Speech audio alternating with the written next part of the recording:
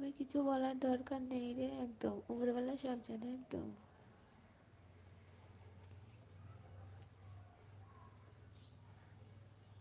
সব থেকে বড় ভুল আমি করেছি সোশ্যাল মিডিয়ায় ঢুকে, একদম। এটা আমি আজকে বলতে বাধ্য হলাম, এটা হচ্ছে আমার জীবনের যদি কোনো ভুল থাকে, যদি জীবনে আমি বড় কোনো মানে পাপও বলতে পারিস, আর জীবনের সব থেকে দামি একটা ভুল যেটা আমি করেছি এই সোশ্যাল মিডিয়ায় এসে, এটা এখানে এসেই আমার সব থেকে জীবনের বড় ভুলটা আমি করেছি।